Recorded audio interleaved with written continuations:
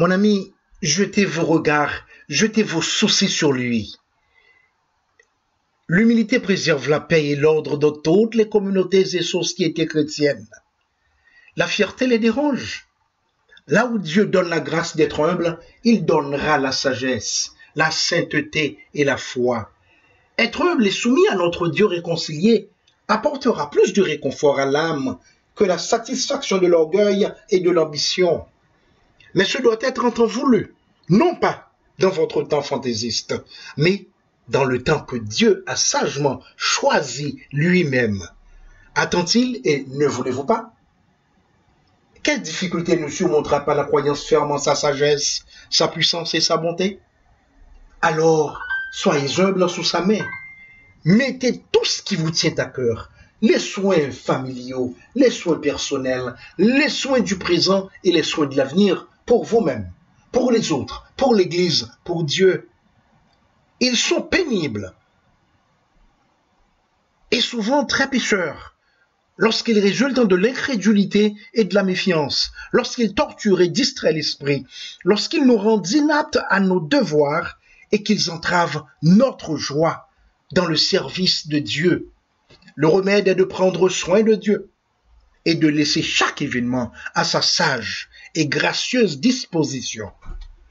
La croyance ferme que la volonté divine et les conseils sont justes calme l'esprit d'un homme. En vérité, les pieux l'oublient trop souvent et se tracassent sans but. Référez-vous tous à la disposition de Dieu.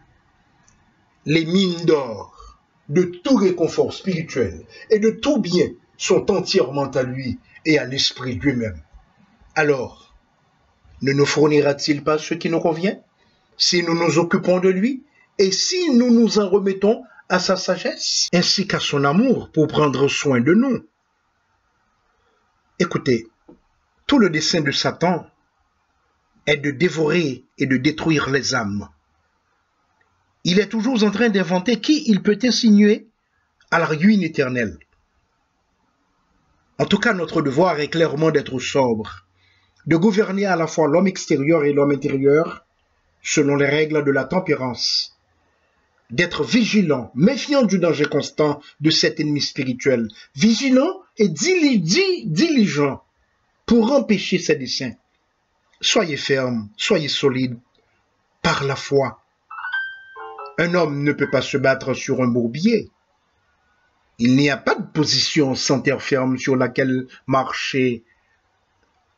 Cette foi seule le fournit. Il élève l'âme à la terre ferme avancée des promesses et la fixe là.